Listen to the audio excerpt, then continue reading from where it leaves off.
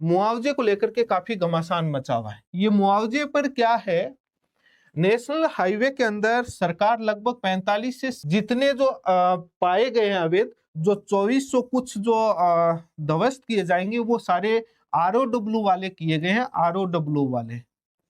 ये जो हर जिले वाइज का आंकड़ा है, आपने देखा होगा काफी शहरों में ऐसे क्रॉस चिन्ह प्रॉपर्टियों पर उन्हें चीजों पर लगाया गया है, वो ROW के अंदर है। जो ये सड़क से आपके 40 मीटर तक वाले ये आंकड़े हैं, और ये जो 40 के बाद जो ये 75 आता है, यहाँ से यहाँ तक जो 75 आता है, ये जो 75 आता है, ये 35 मीटर वाला अभी तो चिन्हित नहीं किया गया है। इसके लिए नोटिस दिया जाएगा, इसमें टाइम लगेगा। अभी जो ये आंकड़े हैं वो ROW वाले हैं।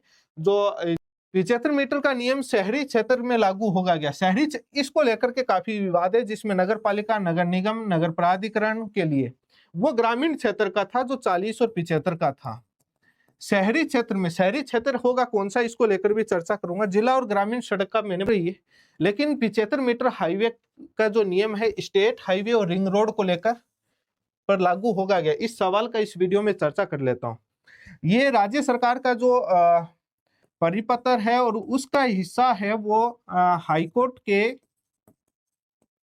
आदेश का हिस्सा है। उस पेज का, उसमें साफ लिखा हुआ है, राष्ट्रीय और राज्य मार्ग, स्टेट हाईवे और नेशनल हाईवे दोनों पर बिल्डिंग लाइन 40 मीटर, जिसमें कोई भी निर्माण कर ही नहीं सकता, किस कोई अनुमति भी नहीं दे सकता। 75 मीटर का नियम, जो ये बीच सड़क से इधर 40, कोई निर्माण कर नहीं सकता। इसके बाद जो है ये 35 मीटर और बढ़ता है, जो टोटल 75 मीटर हो जाता है। इस 35 मीटर के अंदर मैंने पीछे वाले वीडियो में बताया था, NHAI और PWD की यदि परमिशन है तो आपके जो निर्माण है वैध है, और कोई आगे भविष्य में अनुमति भी नहीं दे पाएगा, वो निर्माण वैध नहीं है यदि इनकी परमिशन नहीं है। तो ये राज्य, स्टेट और नेशनल हाईवे दोनों पर लागू है 40 और 75 का। अब बात आती है state ring road. Ring road एक शहर के ट्रैफिक को बचाने के लिए एक रिंग के रूप में, गोल गोल रूप में होती है, जिसको अपन एक ऐसे कह सकते हैं कि वो बाईपास के रूप में यूज किया जाता है। इस पर ये 40-75 मीटर का हाईवे का नियम, जो 75 मीटर वाला नियम है, वो इस पर लागू नहीं होता, रिंग रोड पर लागू नहीं होता है, क्योंकि ये ट्रैफिक बचाने के लिए शहर से बाहर चारों ओर एक गोल के रूप में और बाईपास के रूप में यूज किया जाता है। कुछ ही केसेस में जहां पर हाईवे का पार्ट कंसीडर किया जाता है तो भले ही, और ज्यादातर अधिकतर 90% से अबव केसेस में ये नहीं, और मेरा जहां तक मामला किसी भी केस में नहीं होगा, ये हाईवे का पार्ट नहीं, और रिंग रोड पर यह 75 मीटर का नियम लागू नहीं होता है। अब जो परिपत्र जो सरकार का है, जो मैं बता रहा था, उसमें राष्ट्रीय और राज्य पर 40 और 75 का लागू होता है।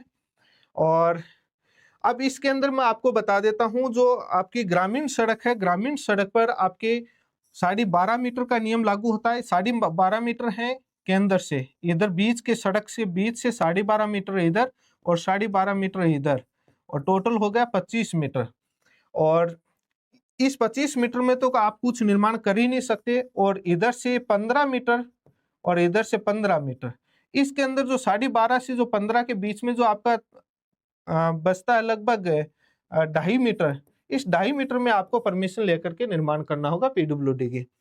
जो MDR जो डिस्ट्रिक्ट की मेजर रोड है, वहां 25 मीटर का नियम लागू है, और जो ODR है उसके अंदर 15 मीटर का, इनमें तो आप निर्माण कर ही नहीं सकते, इसमें आपको अनुमति चाहिए निर्माण। यहाँ 50 मीटर का नियम लागू है। 25-25 मेजर डिस्ट्रिक्ट रोड के अंदर 25-25, इधर 50 और इधर बाद में ये 50। अब ये जो 25 मीटर है इसमें अनुमति चाहिए। तो मैंने लगभग बता दिया कि ग्रामीण और जो मेजर डिस्ट्रिक्ट रोड और ODR रोड का मैंने डिस्टेंस बता दिया, ये इसमें लिखा हुआ आपका।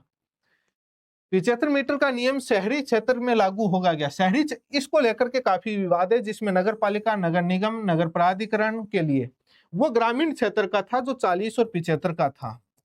शहरी क्षेत्र में, शहरी क्षेत्र होगा कौन सा, इसको लेकर भी चर्चा करूंगा। जिला और ग्रामीण सड़क का मैंने बता दिया। अब जो बात करते हैं, ये राजस्थान हाईकोर्ट के जो डबल बेंच के जो ऑर्डर का पार्ट है, उसके वहां से लिया है हमने। ये नेशनल स्टेट हाईवे का ये कुल दूरी दी हुई है, जिसको सेंटर से 40 ले सकते हैं, और ये 75।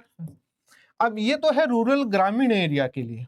ये शहरी और औद्योगिक क्षेत्र, अर्बन और इंडस्ट्रियल, शहरी और औद्योगिक क्षेत्र के लिए, शहरी के अंदर नगर पालिका, नगर निगम, नगर परिषद ये सारे आते हैं, लेकिन पूरा कंप्लीटली पूरी तरीके से नहीं आते हैं। इनके लिए जो नेशनल और स्टेट हाईवे दोनों के लिए, एनएच और राज्य हाईवे दोनों के लिए 3 से 6 मीटर, यानी कम से कम 3 मीटर तो होनी चाहिए कम से कम, और अधिकतम 6 मीटर। कुछ केसेस में हाईवे बड़ा ज्यादा चौड़ा होता है और उस कंडीशन में मैक्सिमम 6 रखेगी, लेकिन 3 मीटर होनी चाहिए। अब इसके अंदर जो मैंने डिस्ट्रिक्ट रोड का, ग्रामीण विलेज का और इनका मैंने पीछे वीडियो में बता दिया, वही है 25 टोटल है, 12.5 इधर, 12.5 इधर, 15 इधर, 15 इधर। अब 12.5 से इसमें तो आप निर्माण कर नहीं सकते, इसके अंदर करोगे तो आपको अनुमति चाहिए होगी। अब जो शहरी क्षेत्र, अर्बन क्या है, सबसे बड़ा डाउट यही है कि शहरी क्षेत्र क्या है। पूरी नगर पालिका शहरी नहीं है, पूरा नगर परिषद शहर नहीं है, पूरा नगर निगम शहर नहीं है, नगर प्राधिकरण यानी जेडीए और भी कोई प्राधिकरण है वो शहर नहीं है।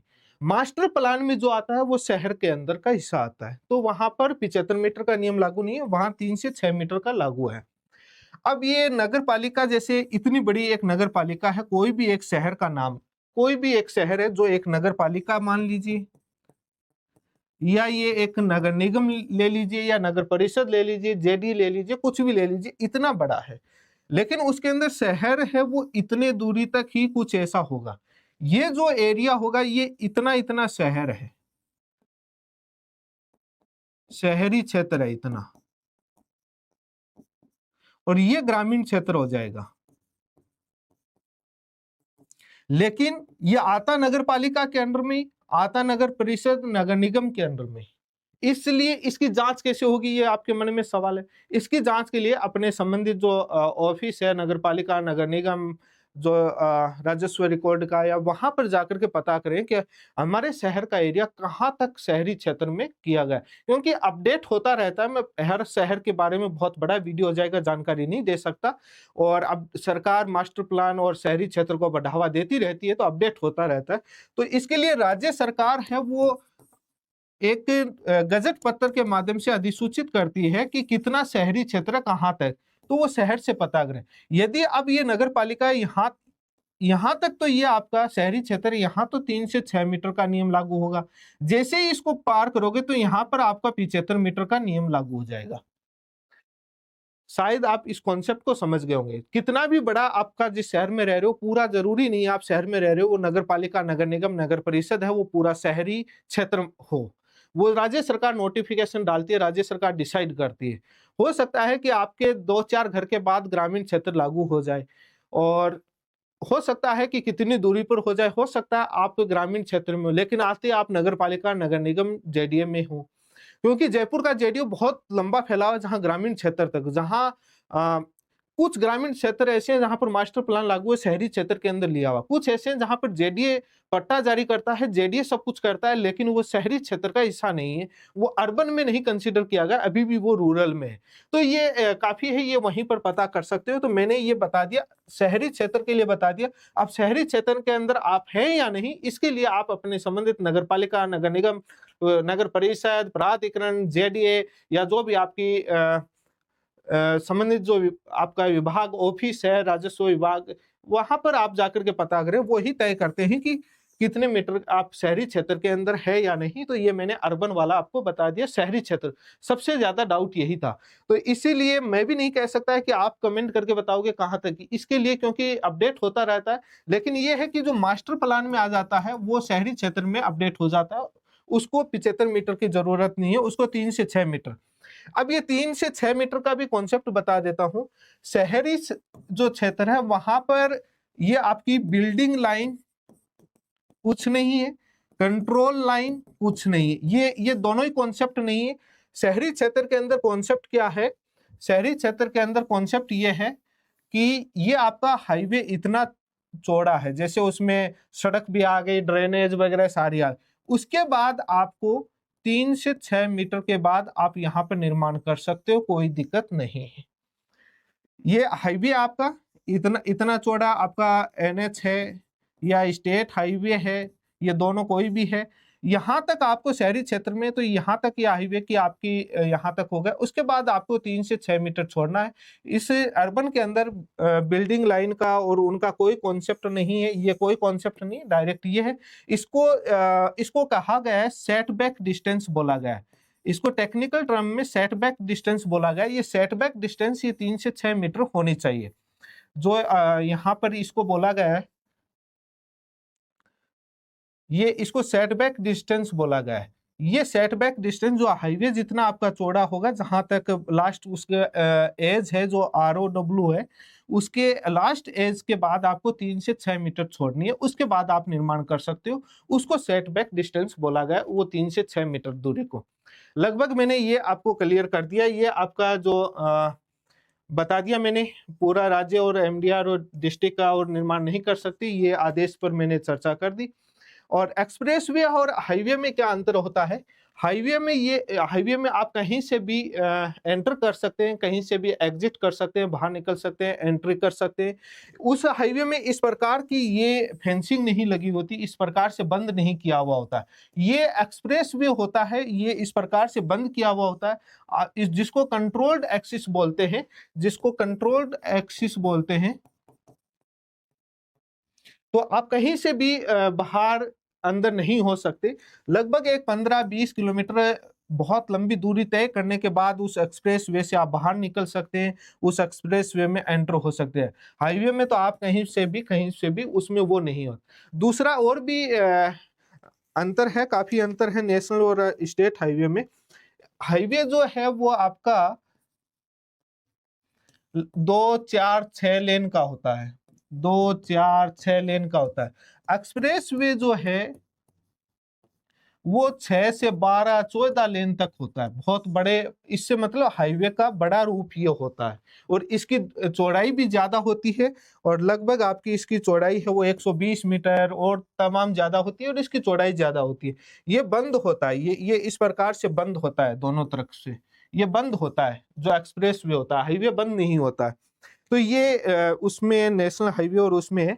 दूसरा, जो हाईवे के अंदर आप लगभग 80-90 किलोमीटर की स्पीड, आप 100 किलोमीटर की स्पीड से चलते हैं, लेकिन एक्सप्रेस वे में आपको 100 से ऊपर 120 ऐसे स्पीड में आपको चलना पड़ता है, बहुत हाई स्पीड में। यदि आप इतनी स्पीड में चला नहीं पाते तो एक्सीडेंट हो जाता है, आप चला नहीं पाओगे गाड़ी। तो ये जो आपको तमाम जिलों का है, ये अवैध जो किए गए, ये ROW यानी जो बिल्डिंग लाइन में, जो बिल्डिंग लाइन में जितने जो पाए गए हैं अवैध, जो 2400 कुछ जो ध्वस्त किए जाएंगे, वो सारे ROW वाले किए गए हैं, ROW वाले। ये जो हर जिले वाइज का आंकड़ा है, आपने देखा होगा काफी शहरों में ऐसे क्रॉस चिन्ह प्रॉपर्टियों पर, उन्हें चीजों पर लगाया गया है, वो ROW के अंदर है।